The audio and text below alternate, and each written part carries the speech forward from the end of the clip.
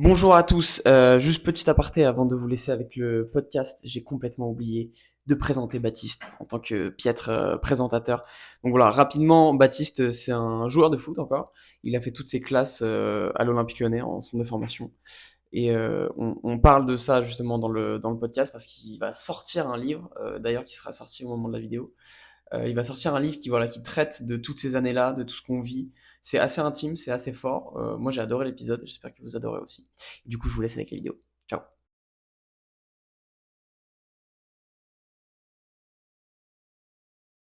Bonjour à tous et bienvenue sur Le Petit Stade, un podcast où on parle de foot avec ceux qui le font vivre sur et en dehors des terrains. Aujourd'hui, nouvel épisode, donc nouvel invité. Aujourd'hui, ça va pas forcément être une interview comme j'ai eu l'habitude de le faire sur les derniers, mais plus un échange, voilà, même peut-être un débat sur certains moments. On va parler du centre de formation, de la vie en centre de formation. Et qui de mieux pour le faire que Baptiste Monveneur. Salut Bat. Salut, tu vas bien? Bah écoute, ça va très bien, ravi de te recevoir. Ça fait un petit temps qu'on parle de ça. Aujourd'hui, on te reçoit aussi parce que tu vas sortir ton livre. On aura l'occasion d'en parler. Ton livre d'ailleurs qui porte sur le centre de formation. Yes. Donc ça va être très intéressant. Voilà, franchement, je suis excité. Je te le dis, Ouais, à moi l'idée aussi. de pouvoir parler de tout ça. Je pense qu'il y a beaucoup de choses que les gens ne savent pas forcément sur le centre, sur la vie en centre. Donc on va aborder principalement les sujets, voilà, la passion du football, comment est-ce qu'on arrive en centre de formation et dans ce cas-là à l'OL. Voilà, la vie de tous les jours, ce que les gens pensent, qui est la réalité. Puis on va parler aussi pardon, de l'après, l'OL, voilà, comment on fait pour se relever, comment on fait pour vivre après que notre rêve se soit un petit peu effondré, ou pas d'ailleurs. Et puis on finira sur ton livre, évidemment, Baptiste, sur un instant promo. Avant de commencer, avant de rentrer dans le vif du sujet, Baptiste, t'étais quel genre d'enfant et c'est quoi ton premier souvenir lié au foot? Alors, j'étais un enfant rêveur et passionné. Ok. Passionné déjà forcément de football parce que dès petit, ça m'a un peu. Ça a jalonné mes premières années de vie. Mais aussi un peu rêveur parce que voilà, que ce soit dans la cour de l'école, que ce soit sur le terrain, j'aimais voir les choses un peu en grand, directement dans le football, tu vois, l'envie de direct d'aller gratter, d'aller jouer à un haut niveau, d'être footballeur professionnel, quoi. Le rêve de, je pense, beaucoup, beaucoup d'enfants. Et puis mon premier souvenir sur les terrains, il y a forcément ceux où je suis à côté des terrains quand je Mhm. regarde un peu mon frère jouer. Et puis après, en fait, il y a le début. Et je pense que ce qui marque un peu quand on est enfant, c'est par exemple un tournoi futsal. Ouais. Moi, ça m'a marqué. J'avais un tournoi futsal à côté de chez moi dans mon premier club. Ton premier gros souvenir? Premier gros souvenir. Ok. C'est parce qu'en fait, on a ce côté un peu magie quand on a la médaille à la fin. Et en fait, on avait besoin de pas grand-chose pour s'émerveiller. Et ouais, premier souvenir de fou qui m'a bien lancé après dans des souvenirs exceptionnels à tous les niveaux.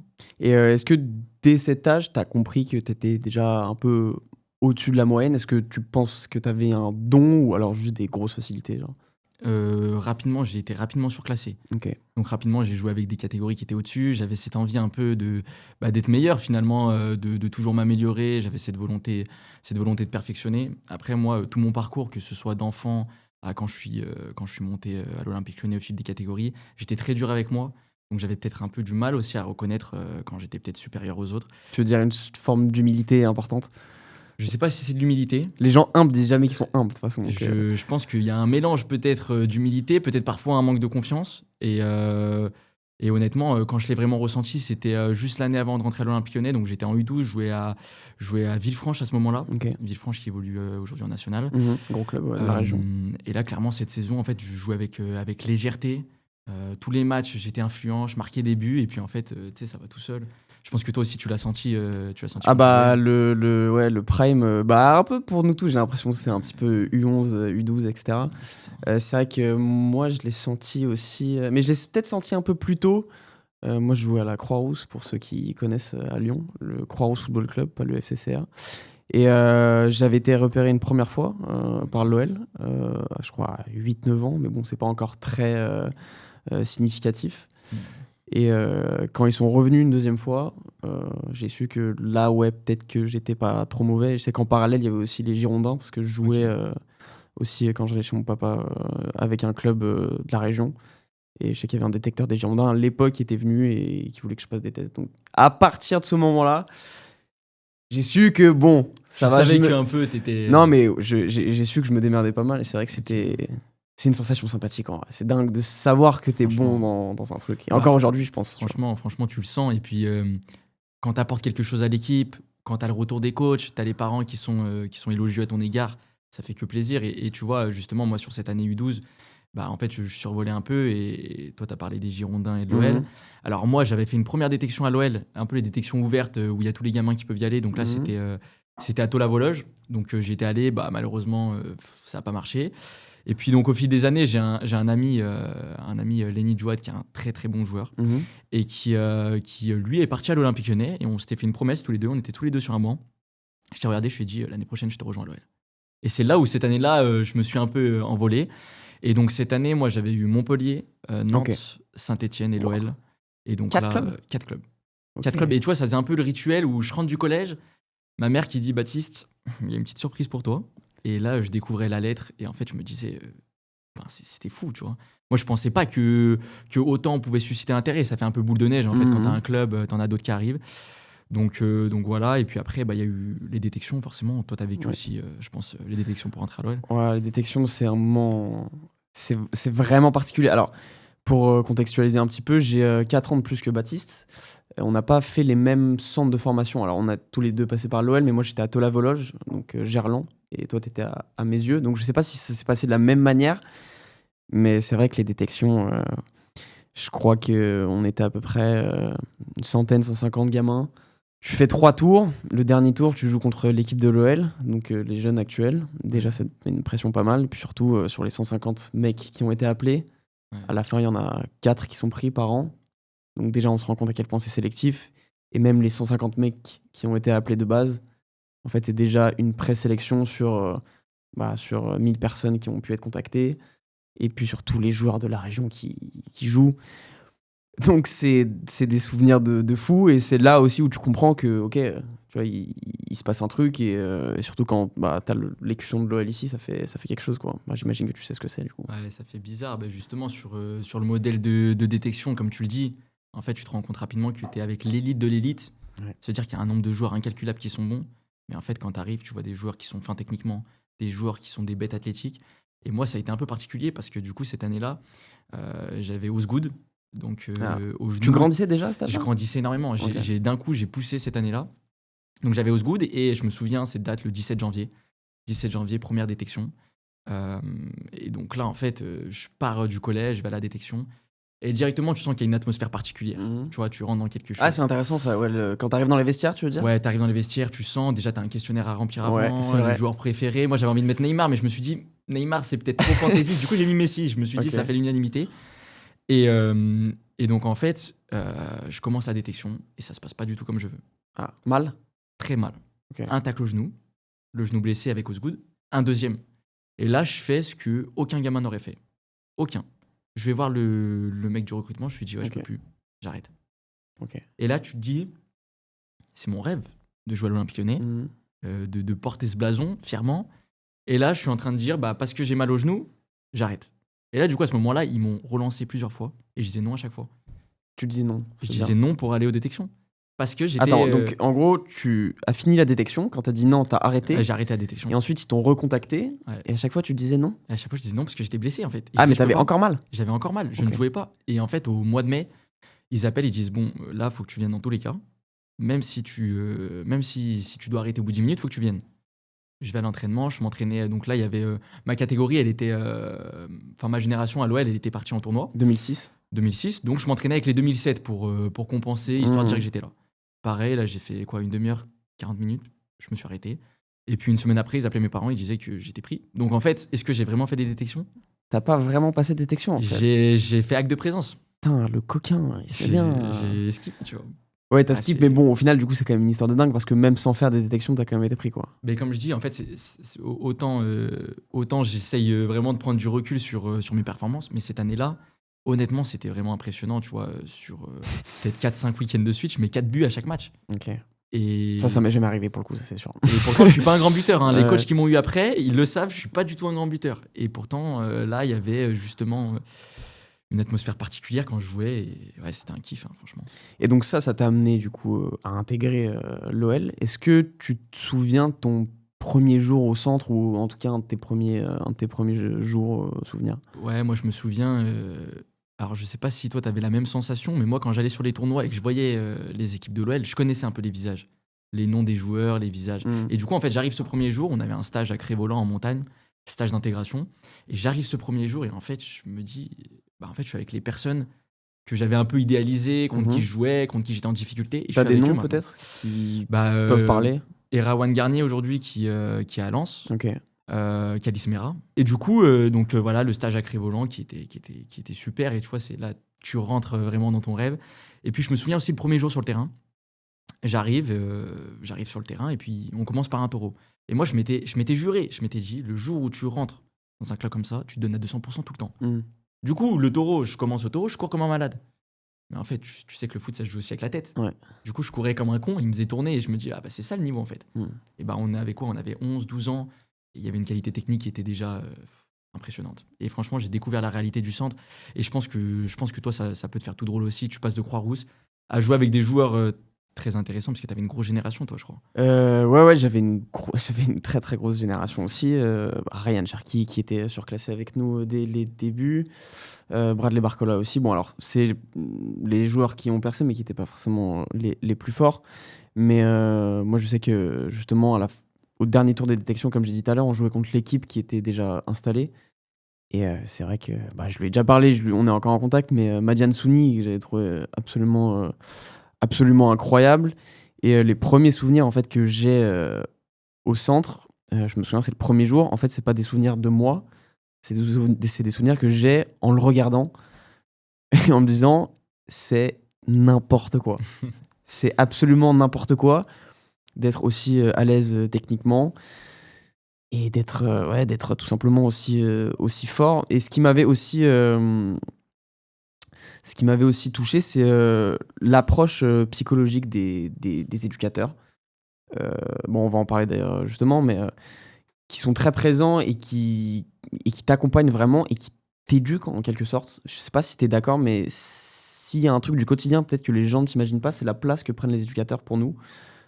Et je passe d'ailleurs un bonjour à Amaury Barlet, pardon, qui dans ce sens-là est assez exceptionnel. Et voilà, je trouve que c'est vraiment des éducateurs dans le sens premier du terme, quoi. Donc ça fait partie je pense, des backstage qu'on n'imagine pas forcément, quoi. Ouais, parce qu'il y a, comme tu dis, hein, le rôle d'éducateur, finalement, on apprend énormément sur la vie.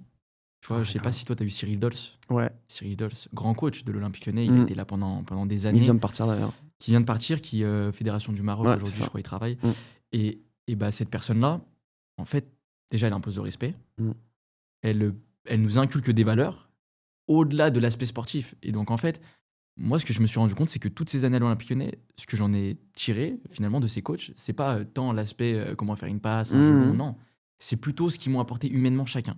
Alors, chacun a des degrés différents. Très différents, évidemment. Chacun avec des sensibilités différentes, parce qu'il y a des coachs qu'on est plus proches que d'autres, il y a des coachs avec qui ça se passe bien, des coachs avec qui ça peut se passer moins bien, mais il y a toujours cet échange humain qui est au cœur justement des représentations. Et je trouve que dans le centre de formation, alors dans la préfo il y avait pas mal, dans le centre de formation, je trouve que parfois ça a pu un peu manquer, tu vois. Okay. Alors juste que... pour expliquer, préformation, ça va jusqu'à 15 ans. Ouais, c'est ça. Et le centre de formation, c'est ce qui se passe au-dessus, voilà, pour contextualiser un peu. Donc tu dis qu'en gros, il y a moins d'humains dans le centre de formation.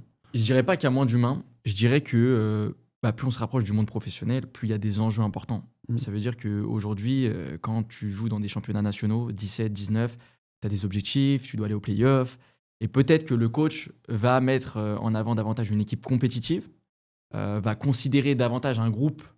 Parfois, je pense qu'il y a des coachs qui le font très bien, hein, qui comprennent qu'un groupe, c'est une somme d'individualités.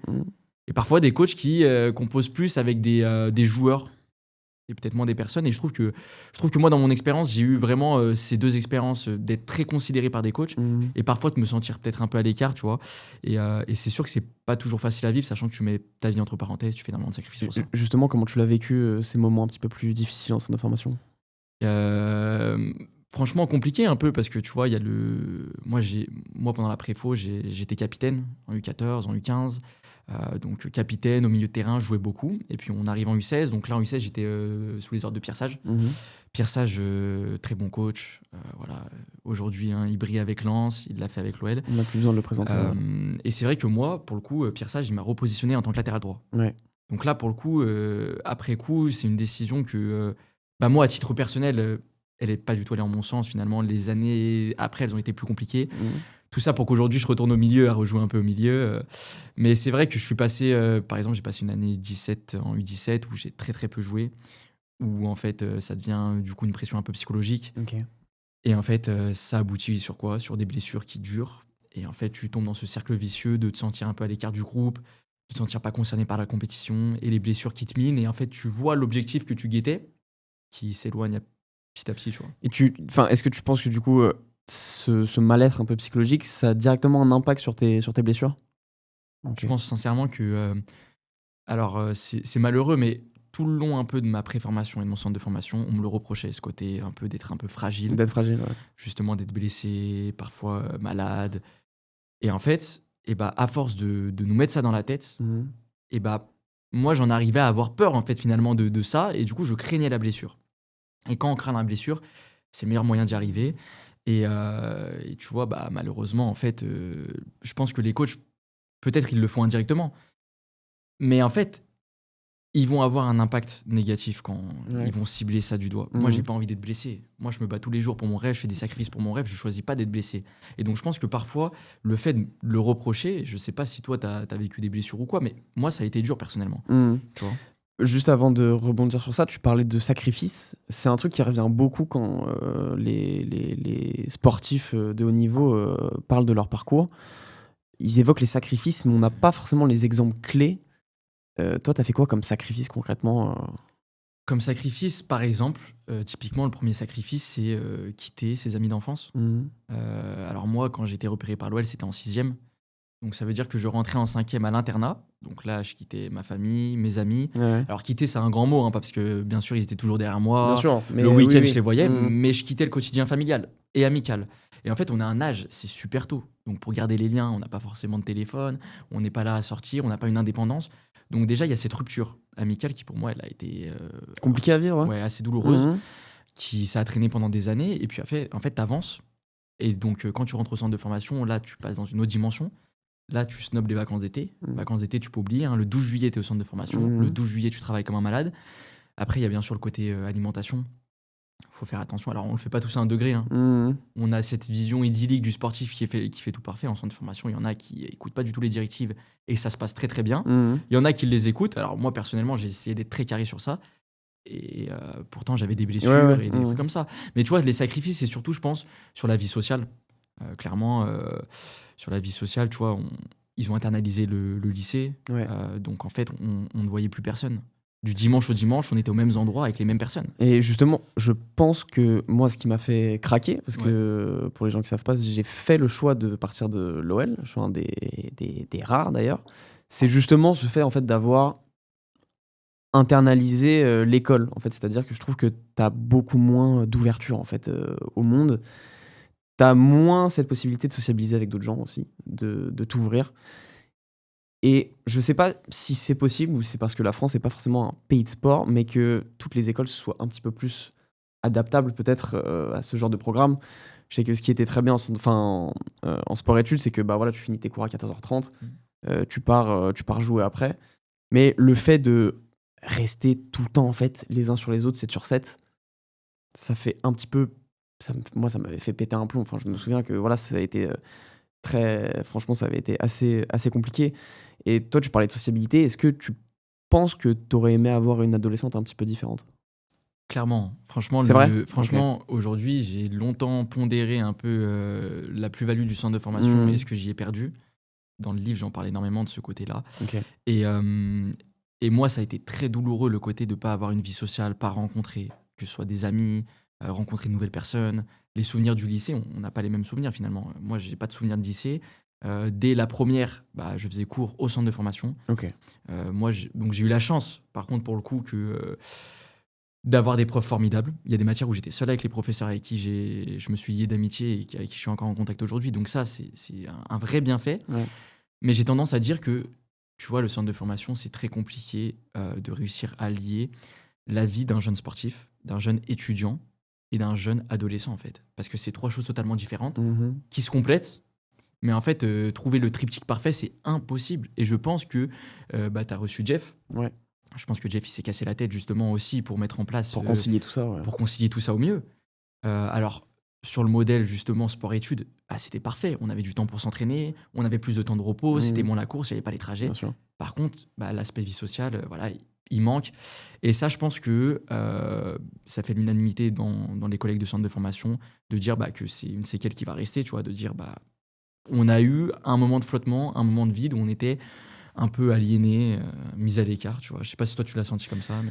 Moi je l'ai pas senti parce que justement j'ai fait le choix inverse de Oui, toi, ça, donc c'est bien pour sûr. ça aussi que c'est intéressant d'en parler nous deux parce qu'on a on va dire des parcours complémentaires.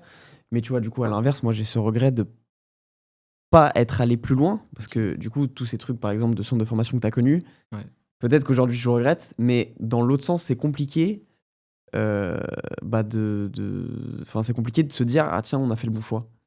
Donc c'est des choses assez complexes que j'aurais aimé connaître. Par exemple quand tu parles des centres, des cours tout seul avec un prof, d'avoir du temps pour jouer, etc. Moi je me dis mais c'est absolument génial. Mais pour autant, tu vois, toi ça t'a pas forcément été bénéfique au final. En fait, j'ai envie de dire, alors, moi je regrette pas du tout ce que j'ai fait à l'Olympique, Ok, mais d'accord. c'est les plus belles années de ma vie. Mmh. C'était les plus dures aussi, mais, Ok. mais je suis fier parce que j'ai tout donné dans ça.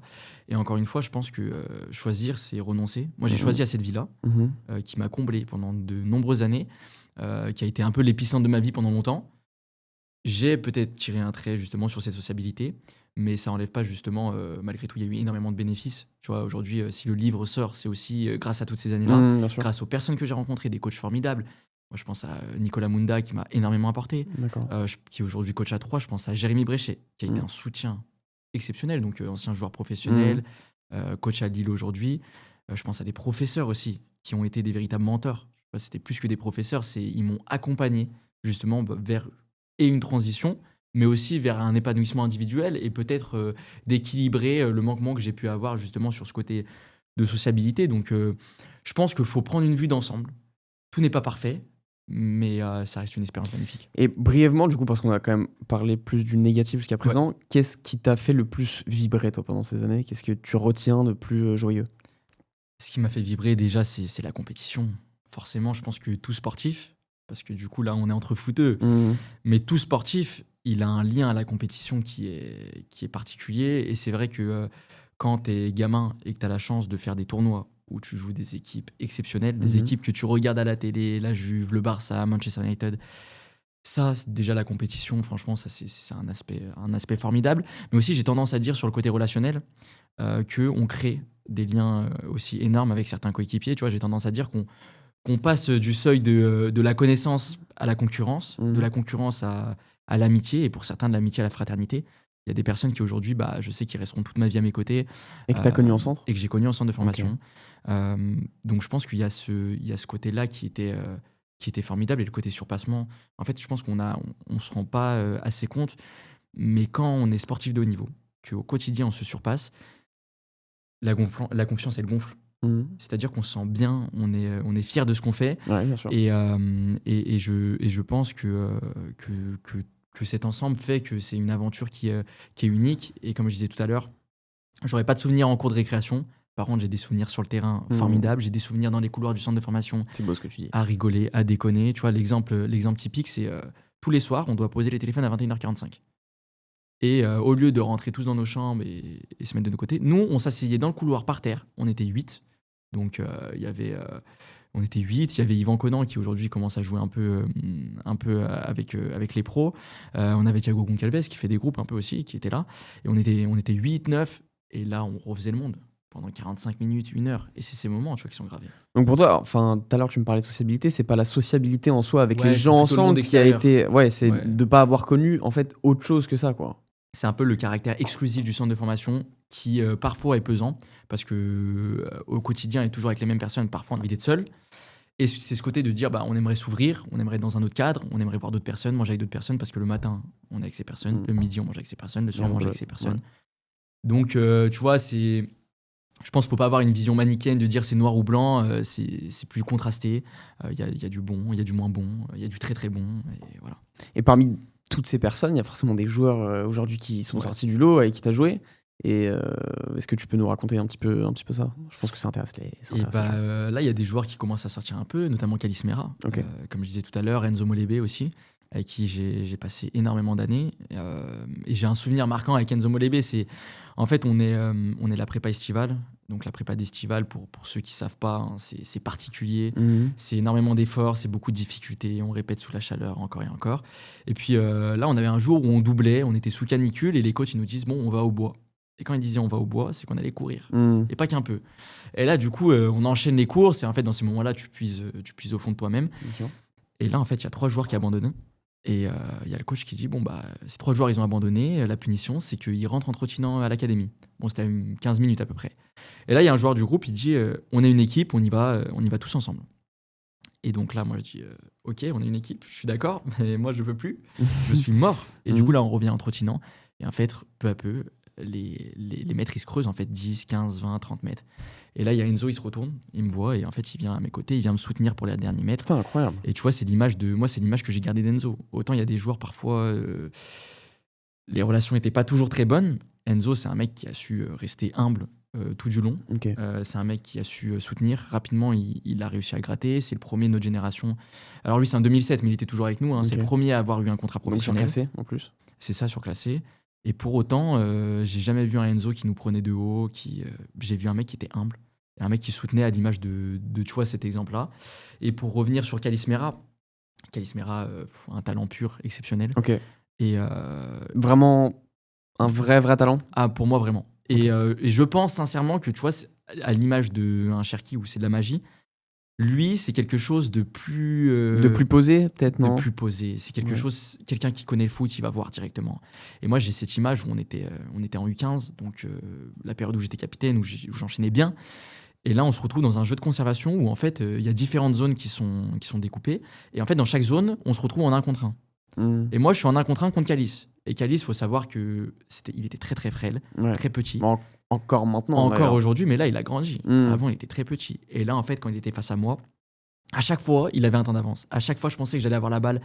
Et il avait toujours cette petite touche qui me l'éloignait. Et en fait, il y avait ce constat un peu où des fois, on discutait avec les collègues. Et plus on montait, on disait non, mais là, physiquement, il va pas pouvoir. Et il nous choquait tout le temps. En 17 NAS, il sortait des matchs de fou. 19 NAS aussi. Et en fait, tu te dis, il compensait justement par son intelligence de jeu, parce que c'est un joueur qui est très intelligent. Il compensait justement par une justesse technique aussi, il perd très peu de ballons. Et c'est vrai que même maintenant, dans le monde pro, il perd pas beaucoup de ballons. Et le monde professionnel, je pense qu'il faut quand même le dire, c'est un autre step. Ça veut dire qu'aujourd'hui, s'il existe dans le monde professionnel, il faut imaginer que c'était autre chose aussi dans le monde jeune. Et puis je pense que toi, tu as côtoyé aussi des joueurs... tu as une génération de fous. Donc, c'est ce que je te disais tout à l'heure. Notamment Cherki, Barcola, Lukeba, même Koumetio, je pense qu'il est passé, qui est passé par Liverpool à 16 ans. Mais forcément, celui qui aujourd'hui est mis le plus en lumière, c'est Ryan. Et il y a des images. Moi, j'ai encore des images dingues. Tout à l'heure, j'évoquais Madiane Souni, mais je pense que j'étais pas assez conscient non plus du talent de Ryan Cherki parce que je m'entendais pas forcément très bien avec lui à l'époque. Mais j'ai des images, des souvenirs déjà à 12-13 ans. Il me dit le ballon d'or, c'est sûr que je vais le gagner. Ah ouais, il dit ça. En fait, il avait une telle confiance et même les coachs, même avec les gens que j'ai pu interviewer qui étaient à l'Olympique Lyonnais, ils m'ont tous dit que c'était quasiment impossible de ne pas être dithyrambique face à ce talent. Il y en a même qui le mettent au-dessus de Karim Benzema en termes de talent à l'OL. Et c'est vrai que il y a des images qui reviennent où il marque en arc-en-ciel, tu vois, sur des gardiens de l'OL. Pied droit, pied gauche, il sait déjà tout faire à 11 ans, 12 ans. Et de ce que j'ai entendu aussi, et ce que les gens disent peu, je te parle de ce que j'ai entendu d'interne, hein, évidemment, pas des rumeurs, c'est que c'est un bosseur, en fait. Ah ouais. C'est un bosseur énorme, et de ce qu'on m'a fait comprendre, c'est qu'en fait, chaque été, il revenait et il était encore plus fort. Alors, je sais pas si c'est physiquement, mais en termes d'intelligence de jeu, en termes de technique, à chaque fois qu'il revenait, il avait un step il était tout le temps en avance, mais parce qu'il était trop fort. Cherki, franchement, c'était déjà dingue. Et je pense que à partir du moment où il a été recruté, je pense que le centre de formation de l'OL a investi sur lui Ouais. en tant qu'humain, parce que c'était sûr qu'il allait aller au bout. Et en soi, j'y repense, je me suis fait humilier. Il y a des moments où je me suis fait humilier, j'ai pris des arcs-en-ciel, j'ai pris des Ouais. virgules. Je lui ai mis quelques stops quand même, si Ah, je peux flex un peu. Non, ouais, en vrai, Cherki, c'était assez incroyable. Et ce qui est assez paradoxal avec le reste des joueurs qui sont sortis de ma génération, c'est que pour moi, c'était le seul où j'étais sûr qu'il allait percer. Ok. Par rapport, par exemple, à Bradley Barcola, il a jamais été dans les moins bons. Il était quand même tout le temps dans les 10 meilleurs, je pense. Et les coachs le savaient, ils lui disaient.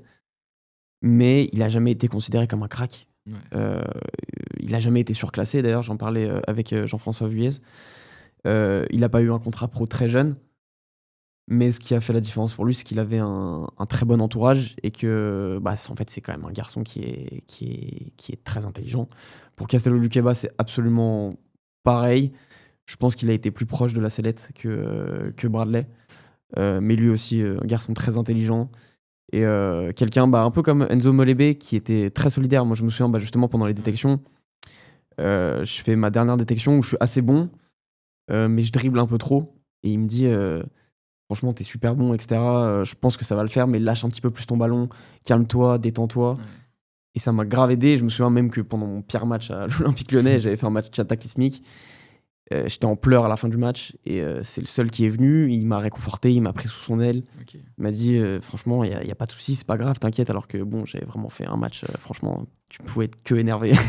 J'avais vraiment été catastrophique. Mais ouais, et maintenant, les voir à la télé, du coup, c'est forcément. Toi, tu vois l'humain, tu le connais. Et justement, ça fait un peu bizarre. Ouais, ça fait une sensation particulière. Tu vois, moi, ça fait pas longtemps qu'il commence à gratter un peu le monde professionnel. Oui, toi, ça fait encore moins longtemps. Et tu vois, c'est qu'un début de carrière. Mm. Ça veut dire que je pense qu'il y en a d'autres aussi de ma génération qui peut-être vont aspirer aussi à gratter au niveau. Mais du coup, c'est sûr que y a l'envie d'allumer la télé, quoi. Si des fois je regardais pas les matchs de l'Olympique Lyonnais, quand je vois que j'ai un collègue qui est sur la feuille de match ou qui est titulaire, t'as envie qu'il rentre, t'as envie qu'il fasse des bonnes choses. Et t'as ce côté de dire, j'ai joué avec lui toutes ces années. Et à la fois, donc t'as cette fierté de voir ces personnes réussir. Mais Et à la fois, t'as ce petit côté, ce petit pincement au cœur qui dit, moi j'étais avec eux. Moi finalement, peut-être j'aurais pu toucher ce rêve-là aussi. Et donc tu vois, c'est un peu cette dualité. Mais honnêtement, aujourd'hui, sur les joueurs qui ont réussi, moi je suis tellement fier de les voir réussir, de les voir faire des matchs. Et j'espère que ça va durer plus longtemps parce que je pense que tous deux, on connaît le milieu du football. C'est un milieu très compliqué et rien n'est acquis. Ça peut aller très très vite. Donc moi, je leur souhaite beaucoup de bonheur et j'espère que la carrière sera le plus longue possible. Hein. Et t'as dit que t'étais quand même allé jusqu'en U18, c'est ça, si je me trompe pas. U18, ça. U18. Et que tu voyais un petit peu l'écart se creuser avec ceux qui sont aujourd'hui arrivés au sommet. Comment est-ce que ça s'est fait, toi, à ce moment où on t'a dit, Baptiste, voilà, ce sera pas possible? Je pense que c'est quelque chose qu'on sent un peu. Ok. Parce que ça faisait, comme je t'ai dit, une année en 17 où je joue pas trop. J'arrive le 15 juillet, j'arrive le 12 juillet, on a entretien le 15 juillet avec le coach. Jérémy Bréchet, il me dit, au vu de ta saison dernière, il y a une ligne de départ, tu pars déjà de derrière. Et donc là, quand on te dit ça, tu dis ok, mais par contre, je maintiens l'objectif zéro regret, je vais tout donner. Donc là, je fais une prépa de fou, buteur contre la SSE, j'enchaîne les matchs là où je n'avais pas enchaîné depuis longtemps. Donc je retrouve un niveau intéressant, mais tu vois, tu sens qu'il y a un seuil qui commence à arriver et que... Et tu sens que c'est pas rattrapable? Je sens que c'est difficilement rattrapable, je sens que j'ai beau tout faire, il y a des joueurs qui performent à côté, il y a des joueurs qui ont peut-être quelque chose en plus qui fait que... et puis on arrive un peu à novembre, il y a des retours de blessures, moi je commence à être un peu moins bon. Forcément, quand depuis de juillet à novembre, tu t'entraînes, c'est quasiment 170 entraînements en 4 mois. Tu t'entraînes comme un malade, tu joues les week-ends, tu commences à avoir des douleurs. Et tu commences à redescendre. Et là, je sors d'un entraînement, je me faisais une routine post-séance, 25 minutes de gainage à la fin de chaque séance. Et là, Jérémy qui me voit et qui m'appelle, et on se retrouve tous les deux sur un banc. Et il me dit, ouais, l'année prochaine, tu seras plus un joueur de l'OL. Et en fait, ce qui est important à prendre en compte, c'est qu'avec Jérémy, on avait une relation particulière. C'est-à-dire que lui, il avait ce devoir aussi de sincérité envers moi. Bien sûr. Et quand il me dit ça, en fait, ça fait un choc. parce que c'est quelque chose que je pensais, j'étais réaliste. Auprès de ma famille, j'en parlais de cette éventualité. J'étais réaliste, ça voulait pas dire que j'étais pessimiste. Mais en fait, quand on te le dit, ça fait un choc et tu te dis. Et tu vois, c'est étrange. Et ce qui est fou, c'est que le jour même où il y a ça, bah, tu prends un coup au moral, tu vois. Et je reçois un message d'une amie qui me dit Ah, c'est vrai que tu vas signer professionnel. Je lui dis Mais d'où t'as trouvé cette idée Qui t'a dit ça Et tu vois, genre, il y a ce contraste entre il y a les gens, ils pensent que tout est beau, tout est rose à l'extérieur. Et moi, j'apprends que c'est la fin, en fait. Et Tu vois en termes de sensations, vraiment émotionnellement, quand Jérémy Bréchet l'annonce, ça ressemble à quoi un petit peu à l'intérieur? Ça ressemble à. C'est un peu comme si tu fais une rétrospective de tout ce que tu as fait. Donc, je revois un peu les efforts, je revois les difficultés. À chaque fois qu'il y a une difficulté, je me suis dit non, mais tu bosses, à un moment, la roue va tourner, ça va venir en ta faveur. Et de se dire, bah, en fait, j'avais cet espoir auquel je m'accrochais. Ouais, bien sûr. Et là, l'espoir, il est annihilé. Et là, du coup, tu dis, ok, compliqué. Et à l'inverse, Jérémy, lui, il a été super. Il a voulu vraiment que. En fait, cette annonce, elle me détache pas du groupe. Ok. Ça veut dire que. Est-ce qu'il te l'annonce en fin de saison plutôt ou... Il me l'annonce en novembre. En novembre. En novembre. En novembre, parce qu'en fait, alors je trouve que ça a été un peu peut-être litigieux, mais il y a énormément de décisions qui ont été prises très tôt. Ah oui, c'est très très tôt même. Et pour le coup, on n'a même pas eu d'entretien pour nous annoncer à la fin de saison. Aucun entretien. Certains appris par des bruits de couloir. Tu vois, c'est des trucs de fou. Et moi, je trouve que à l'inverse, il y a un côté humain qui est super. À l'inverse, je me dis, le minimum, c'est qu'au moment de la fin, il faut qu'il y ait un minimum de reconnaissance. Bien sûr. C'est-à-dire qu'il y a un entretien. Merci pour toutes ces années. Il y a des gamins, ça faisait 12 ans, ils y étaient. Il y a des gamins, ils sont rentrés en U8, U9. Ils apprennent ça, il n'y a pas d'entretien. Et tu vois, je trouve que c'était un peu limite. Et moi, j'ai eu cette chance, justement, où j'ai eu quelque chose, c'était pas officiel, c'était plutôt officieux. Ouais. Mais où Jérémy, on en a parlé, c'était un peu notre truc entre nous. Mais parce deux. que tu avais une relation très spéciale avec lui, c'est ça? Relation spéciale, tu vois. Il me dit, bon, bah, à partir de ce moment-là, on met en place une discussion hebdomadaire ensemble. Ok. Pour parler du groupe. Et c'est pas un truc qu'il faisait avec tout le monde? C'est pas un truc qu'il faisait avec tout le monde. Mais Jérémy, pour le coup, il composait avec toutes les individualités. Ok. Ça veut dire qu'il était très proche de chacun. Il était capable d'appeler les joueurs, il appelait son capitaine, il était très proche. Mais nous, on était encore dans un autre seuil où en fait, on dépassait le sportif. Nous, les discussions qu'on avait, c'est on montait au bureau, il y avait 2-3 coachs qui venaient avec nous, écouter la discussion. Et en fait, on parlait de littérature, on parlait de football, du groupe, du côté aliénant, parce que lui, il a une carrière, il l'a connu aussi, ce côté-là, des difficultés, parce que tout n'a pas été parfait. Est-ce que tu trouves que ça le rendait plus humain, justement, le fait qu'il ait eu cette carrière? Ouais. Franchement, je pense que Jérémy, c'était quelqu'un qui avait énormément d'empathie, d'émotion. Il essayait de nous comprendre. Il essayait de nous comprendre, il essayait de nous pousser. Et je pense que le fait qu'il a été joueur, tu vois, ça lui a permis justement de comprendre ce qu'on vivait, en fait. Et un coach qui comprend ses joueurs, on le ressent. Et du coup, ça permet mieux de fédérer. Et donc, malheureusement, c'est l'année où l'OL a connu de grosses difficultés. C'est quand ils étaient derniers de Ligue 1. Donc, Pierre Sage est monté, qui était directeur du centre de formation à ce moment-là. Et Jérémy était dans son staff. Donc, Jérémy est monté. Et donc, on a fini la saison sans Jérémy. Avec justement, ça n'a pas enlevé les bons résultats collectifs, hein, mais on avait fini la saison sans Jérémy. Et tout à l'heure, tu l'évoquais, tu disais j'allume la télé, il y a ce sentiment de fierté pour les copains avec qui j'ai joué, etc. Ouais. Mais il y avait un mais que j'aimerais bien qu'on développe parce que je pense que c'est assez pertinent et surtout en termes de psychologie, c'est quand même quelque chose de très complexe. Qu'est-ce que ça te fait de voir des mecs avec qui tu jouais et de dire putain, c'est génial pour eux, mais j'y suis pas, quoi. Je pense que toute personne qui a joué un moment au football, qui a aspiré à devenir footballeur professionnel, il avait ce rêve en tête. Et quand tu as le rêve en tête, c'est un rêve de gosse, en fait. Là, tu parles pas à un adulte, tu parles à ton enfant. Tu parles à ton toi toi gamin, le toi passionné, le toi rêveur. Et du coup, en fait, ça fait étrange de se dire, en fait, peut-être que j'aurais pu y être toutes ces années de travail pour au final que, entre guillemets, j'ai rien. Alors, bien sûr, il y a humainement, on grandit. Il y a une vie après, ça, on en parlera aussi, je pense. Mais il y a ce truc de dire, ouais, putain, fouler le groupe Ama Stadium, tu vois, c'est un stade magnifique. C'est quoi l'image qui te fait le plus mal? Moi, je sais que j'en ai une en tête, tu vois, genre me dire, je pourrais jamais rentrer sur la pelouse et voir mes parents en tribune avec mon maillot ou un truc comme ça, tu vois, ça me pèse, ça. Ouais, je vois vraiment ce que tu veux dire, mais parce que du coup, ça revient finalement à... En fait, c'est une quête individuelle, mais il y a aussi toute une famille qui est autour, qui soutient. Et puis être... dans la société, être footballeur professionnel, c'est quasiment c'est le Graal, quoi. C'est le Graal, hein. C'est le tu Graal. fais pour moi, le plus beau métier du monde. Tu rends fier des gens, Ouais, même c'est pour ça. ta famille, tu vois, directement. Enfin, moi, en tout cas, je sais que c'est l'image qui me fait le plus, qui m'a fait le plus de mal, quoi. Moi, l'image, honnêtement, tu vois, je vais être honnête, j'en ai pas qui vient.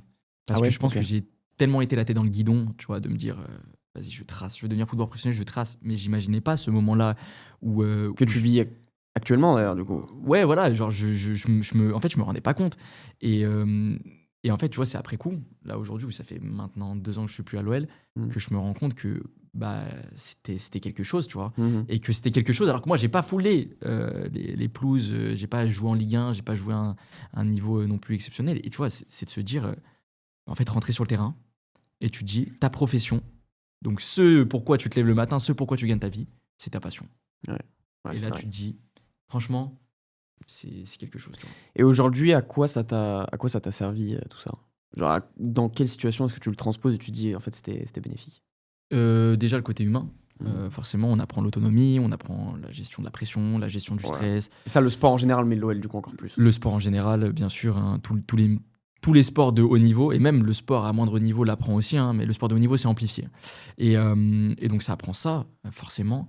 Et puis moi, ça m'a appris vraiment une notion de discipline, de dire que quand on veut quelque chose, c'est pas justement un coup de motivation qui va nous permettre de l'atteindre, Il faut être mais c'est plutôt pragmatique. voilà, une répétition justement de discipline encore et encore pour mener à bien des projets. Tu vois, par exemple, j'ai fini d'écrire un livre, j'ai mis 2 ans et demi à l'écrire. On va en parler. On va en parler. 2 ans et demi? Putain, 2 c'était ans, ma question. Ok. 2 ans et demi à écrire. Donc là, c'est de la discipline, c'est du doute, c'est de la remise en question, c'est de dire finalement je le sors pas. Et c'est tous ces éléments-là, tu vois. Et je pense que toi, c'est parlant pour toi aussi, parce que tu as vécu cet après, tu as su composer justement avec les rêves qui sont finalement effacés, Mm. avec cette envie peut-être d'aspirer à autre chose. Et finalement, Bien en créant sûr. un podcast aussi du foot, c'est la preuve que tu n'es pas totalement détaché de ça, tu vois. Non, mais bien sûr, mais justement, on n'est pas totalement des stéréotypes, et ce que j'allais te dire, un footballeur qui s'intéresse à la littérature, alors je crois que j'en ai vu un il n'y a pas très longtemps, je crois que c'était Calulu qui disait qu'il lisait des livres, mais honnêtement, un mec qui lit des livres dans le football, j'en ai pas vu beaucoup, et un mec qui écrit des livres, encore moins. Est-ce que tu ressentais cette différence quand tu étais dans le centre? Ouais, carrément. Ok. Franchement, la différence, je pense qu'elle peut être très dure à vivre si tu l'assumes pas. C'est-à-dire que Ok. c'est spécial, hein, Bah non, mais c'est intéressant du coup comme point de vue. mais tu vois, moi, j'ai tellement été dans l'extrême justement de le mettre en avant. Enfin, pas, j'ai pas volontairement mis en avant, mais je suis resté moi-même. Ça veut dire que, Mais tu c'est vois, fort de savoir rester soi-même dans ce genre de bah, c'est situation. dur, hein, parce que tu vois, il y a la notion, il y a la notion d'adaptabilité. Tu as un groupe, Ouais. tu veux justement être rattaché au groupe, être Mhm. validé par le groupe. Et en fait, rapidement, moi, j'ai créé aussi un média culturel qui s'appelle Le Point Clé. Donc, j'ai créé en 2023 pendant l'été. On le mettra en description. Ouais, c'est ça. Donc, j'ai créé pendant l'été U19. Et là, en fait, j'ai fait la présentation à mes coachs carrément. Mhm. Il y avait donc Jérémy Bréchet, Amaury Barlet, Ok. il y avait tout le staff à côté. Donc, j'ai fait la présentation. Et donc, en fait, il y avait cette relation où finalement, bah, avec les coachs, on parlait littérature. J'ai même eu des joueurs qui sont venus dans ma chambre me demander des livres. C'est vrai? Et qui disent, s'il te plaît, dis-le pas. Non. Dis-le pas. Attends, mais ça c'est exceptionnel. Et ça, c'est fou. Donc il y avait des joueurs Ouais. du centre qui ne voulaient pas que les autres sachent qu'ils lisaient. Ouais, il y en a, ils sont venus me voir. Et il y en a, il était plus petit, il avait 2 ans de moins que moi, je crois. Ok. Il est venu toquer à la chambre, il me dit ouais, tu parles beaucoup de littérature, parce que même dès que j'arrivais au self avec les cuistots, je m'entendais très bien avec les cuistots, on se lâchait des rêves littéraires, on se conseillait des livres, et en fait du coup, tu sais, les gens ils voyaient un peu autour, et t'avais ceux qui étaient ouverts à ça, il y en a qui s'en foutaient totalement, hein, ce qui est Ouais. normal, t'avais ceux qui étaient ouverts à ça et qui essayaient, tu vois, un peu les discussions. Donc là, je me souviens de ce matin, je suis en train de faire mon devoir de géopolitique, j'entends ça toque à la porte. Ouais, Baptiste, tu peux me prêter un livre? Parce que j'avais une petite bibliothèque dans ma chambre d'internat. Et donc là, tu vois, tu prêtes, tu discutes, et puis en fait, tu as un autre lien avec le joueur. Moi, j'avais 2 ans de plus, Ok. donc j'étais un peu son mentor. Lui venait de rentrer au centre de formation. Il avait eu pas mal de blessures, et j'essayais justement au mieux de l'aider, tu vois, à appréhender bien tout sûr. ça.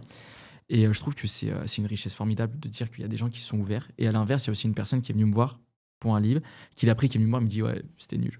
Je lui ai dit, mais c'est bien, t'as fait la démarche de lire. Oui, au mais il moins. a déjà fait la démarche. Il a C'est-à-dire fait la qu'il était démarche. déjà ouvert à ça. C'est ça. Mais Et- par contre, du coup, s'il y a quelqu'un qui est venu te voir en disant le dit à personne, c'est qu'il y a d'autres personnes forcément qui sont beaucoup moins ouvertes à ça, qui comprennent pas ça. Ouais, parce que tu vois, t'as cette idée, c'est un peu con, c'est un peu ringard, pourquoi lire? Ouais, c'est ça, On est c'est ringard et surtout tu te différencies du groupe en fait. Bah, Tu c'est sors du groupe. ça. Et puis, tu sais, c'est une activité solitaire. T'es là, t'es dans tes pensées, tu lis, tu réfléchis. Alors qu'en fait, finalement, le foot, c'est un sport qui est très en communauté, où Bien t'es sûr. beaucoup en lien avec l'autre. Bah, le centre de formation, toi, je pense que tu l'as connu aussi, mais tu sais, c'est beaucoup de rigolade, beaucoup de conneries, Beaucoup de vannes, ouais. beaucoup de Ça se vanne vannes. beaucoup, ouais. En fait, des fois, les discussions, ça marche que à coups de vannes.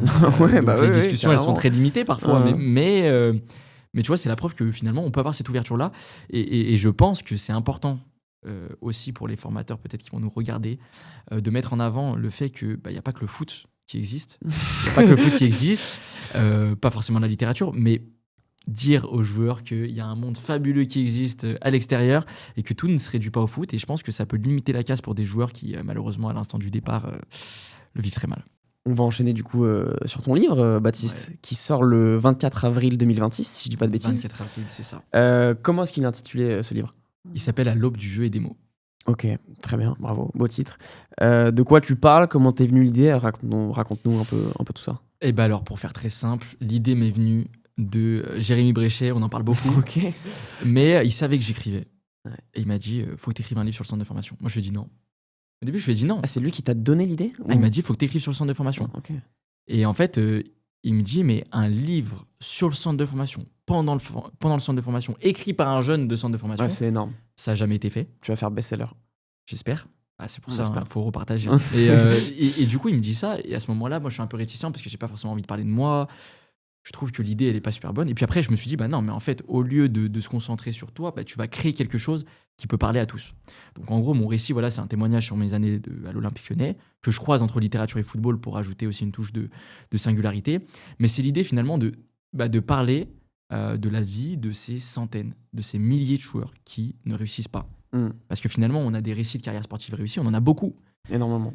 Mais sur les récits des joueurs qui finalement sont dans l'ombre, qui à 19 ans, on leur annonce que c'est fini, de ceux qui connaissent les difficultés, les blessures, on a des chemins tout tracés, mais ces chemins avec des embûches et qui finalement n'aboutissent pas au niveau, qui se finissent pas bien, entre guillemets, on n'en a pas tant que ça. Et donc moi, j'essaye justement d'être une parole à moindre mesure, que certains puissent se reconnaître, tant les autres joueurs que les autres sportifs. Tu vois, c'est pour ça que j'ai essayé de faire des passerelles aussi sur d'autres sports. Ok. J'ai recueilli des témoignages de basketteurs, de nageurs. Ah, donc il y a des témoignages aussi dans le livre?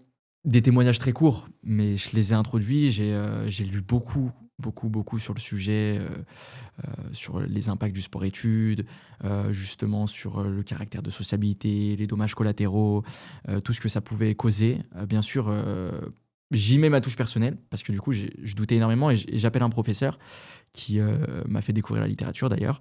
Et je lui fais part de ce projet avant même de commencer. Et il me dit, Baptiste, sache une chose, c'est quand tu parles le mieux de toi que tu parles le mieux des autres.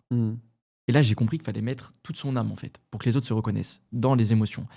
Et donc, finalement, j'ai écrit des ébauches dès l'été U19, par Jérémy. Et quand il m'a fait l'annonce, et ben finalement, je me suis lancé. Et là, vraiment, je me suis lancé. Et tu vois, Ok, donc tu as eu en fait ce déclic en même temps que l'annonce qui t'a dit que ouais, t'allais partir. C'est ça. Et du coup, ce qui est intéressant dans le livre, c'est qu'il y a des passages qui sont écrits avec le recul. Et il y a des passages qui sont écrits dans le feu de l'action. Ok. Quand on m'annonce que je ne suis pas gardé, j'écris le passage dans le feu de l'action.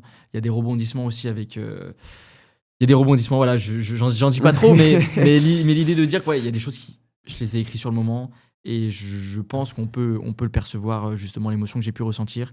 Parfois le mécontentement, parfois la tristesse, parfois la colère, parfois la joie aussi, parce que c'est aussi un récit de la joie, de dire que le football, ça reste magnifique. C'était ma question, est-ce que c'est un récit plutôt dramatique ou alors c'est quelque chose plus qui va invoquer de l'espoir, de l'envie? Alors moi, je pense que ça va pas faire rêver. Je pense que des parents qui vont lire après vont dire, ouais, mon fils, est-ce que j'ai vraiment envie qu'il aille en centre de formation? D'accord, donc c'est plus dans ce sens. C'est plus dans ce sens-là, parce Après, que... ça raconte une réalité. Voilà, moi, Ok. j'ai pas voulu... Le romancer. J'ai pas voulu travestir la réalité. Mm. J'ai pas voulu dire, voilà, tout était beau, tout était rose. Alors que non, parce qu'il y a des moments où c'était véritablement compliqué. Il y a des moments où mentalement, c'était très dur. Il y a des moments où tu penses arrêter. Il y a des moments où les blessures, t'en peux plus. Et en fait, je me dis, mettre ça en avant, c'est aussi mettre en avant que le centre de formation, je pense que tu l'as vécu, le regard des gens autour de toi, les gens, ils te regardent comme quelqu'un qui qui fait quelque chose d'exceptionnel, ce qui est vrai. Ouais. Mais tu vois, on a tendance à oublier, c'est exceptionnel, mais c'est compliqué. Tu vois, genre, je sais pas toi comment les gens ils te considéraient quand t'étais en préformation à l'OL. En fait, c'est tellement exceptionnel en termes purement de statistiques que le regard des gens change forcément. Après, moi, je pense que j'étais à un moment où j'étais quand même beaucoup plus jeune que toi. Où toi, t'étais le plus proche possible d'une signature, quoi. Donc, c'était forcément différent. Je sais pas si ça m'a trop. Toi, tu l'as pas impacté, trop en vrai. ressenti. Ouais, Le regard des gens, tu veux dire? Ouais, non, mais l'idée de dire, l'identité joueur de l'OL un peu. Tu vois, de dire que t'es catégorisé comme ça et que les gens te considèrent comme ça et que. Ce qui a toujours été bizarre, c'est que je me suis jamais vraiment senti joueur de l'OL. Ok. Parce que je me sentais tellement différent du groupe. Ok. Parce que j'aspirais. En fait, je me suis jamais dit. Et paradoxalement, quand j'étais à l'OL, parce qu'après je me le suis dit, quand j'étais à l'OL, je me suis jamais dit je serais pro en fait. Ah ouais? Non. Ça a toujours été un rêve, ça a toujours été une envie, mais je me suis jamais dit je serais pro parce qu'en fait, le monde ne me correspondait pas, je trouve. Ok. Tu vois, par exemple, justement, quand tu m'as dit tout à l'heure que le petit de 2 ans de moins que toi t'a dit de pas le dire, moi, ce genre de manque d'ouverture, je trouve que ça se ressentait un peu trop. Et c'est peut-être aussi parce que j'étais à un âge où on est un petit peu plus bête, oui, enfin forcément immature. Et ça a beaucoup joué. Et aujourd'hui, je pense que j'ai fait le bon choix parce que j'ai pu voir aussi plein d'autres choses. Et j'ai eu une adolescence qui est complètement différente de la tienne, sans hiérarchiser les deux évidemment. Mais voilà, ce manque d'ouverture m'a toujours un petit peu gêné. Et tu vois, je trouve que c'est très dommage parce qu'il y en a qui ont l'impression qui rejettent leur mal-être sur les autres par justement ça. Et tu vois, en vrai c'est grave dommage parce que moi j'ai grave une vision de l'humain en mode je vais toujours chercher le bon chez la personne. Mais du coup en fait des fois tu te fais marcher dessus. Ouais, c'est très compliqué. Et le centre de formation c'est ça aussi, c'est savoir. Mais ça c'est aussi impliqué par le fait qu'il y a trop de trucs importants à aller chercher quand tu signes pro et qu'il y a des mecs, c'est leur seule manière de. Ouais, tellement. Je sais pas si tu le racontes un petit peu dans le livre, cette sorte de concurrence, cette sorte de comportement. Je pense que ça, on le garde pour le livre. Il y a des éléments dedans qui sont très parlants. C'est important que tu nuances parce que, d'ailleurs, on me l'a dit sur certains de mes podcasts, le but, c'est pas forcément d'avoir cette vision du foot absolument horrible. Oui, bien sûr. Mais par contre, c'est extrêmement nuancé et il y a justement très peu souvent ce juste milieu, je trouve, qui n'existe pas forcément. C'est ça, alors si je te disais tout à l'heure, faut pas être manichéen. C'est comme la société, c'est comme tout n'est pas parfait. Mais justement, je pense que c'est aussi un monde qui est rempli d'énormément de valeurs, où justement les personnes, ils peuvent se rencontrer, s'élever ensemble. Et il faut composer parfois avec les difficultés, avec les caractères de chacun, les personnalités de chacun, les difficultés aussi, parce qu'il y a des personnes qui peuvent parfois avoir un profond mal-être et le retranscrire de la mauvaise manière. Donc je pense que voilà, c'est tout ça qu'il faut prendre en considération et essayer de comprendre son prochain. Moi, c'est ce que j'ai essayé de faire tout du long, même si parfois ça paraissait compliqué. On va devoir finir. Ouais. Et on va finir sur deux trucs qui viennent de me venir. Si tu as 3 mots à dire au foot. Déjà, un mot qui est très simple, mais qui veut dire beaucoup. Merci. Merci au foot. Merci au foot d'avoir été là, de m'avoir supporté, de m'avoir tenu. Parce que finalement, c'est le foot qui a fait que je suis la personne que je suis aujourd'hui et que je suis là à te parler, et toi aussi. Hein. C'est le foot qui fait que tu as créé le podcast. Donc, merci. T'es méchant des fois, quand même. Quand même, des fois, tu pourrais être... C'est pas un mot, mais... Oui, non, mais c'est 3 mots, c'était une... Des fois, tu pourrais être plus tranquille. Et puis la passion. Merci pour la passion, en fait. Parce que je pense que le foot, il y a juste à aller au stade, voir les foules vibrer. Et là, je me dis, il y a quand même quelque chose qui nous dépasse. Et merci le foot d'avoir ça et de le transmettre aux enfants. Parce qu'aujourd'hui, moi, je suis entraîneur aussi. J'entraîne des petits. Et j'essaye de transmettre cette passion aux enfants, toujours avec cette bienveillance, cette tolérance. Et merci le foot de changer des vies, parce que je pense qu'il y a énormément de personnes qui ont vu leur vie bouleversée, transcender, changer. Merci le foot. Baptiste, tu as 30 secondes pour faire la promo de ton livre Face Caméra. Je suis un acheteur, je cherche un livre. Oh, un livre sur le foot, vends-le-moi s'il te plaît. Tu me prends de court un peu là. C'est pas bien du tout. C'est pas bien du tout. Alors tout simplement, le 24 avril, le livre À l'aube du jeu et des mots sortira, un livre qui trace finalement la passion Voilà, la passion, c'est le cœur de ce texte, la passion pour la littérature, la passion pour le football. Un récit qui se veut sincère, qui se veut honnête, donc avec ses failles, avec sa sensibilité.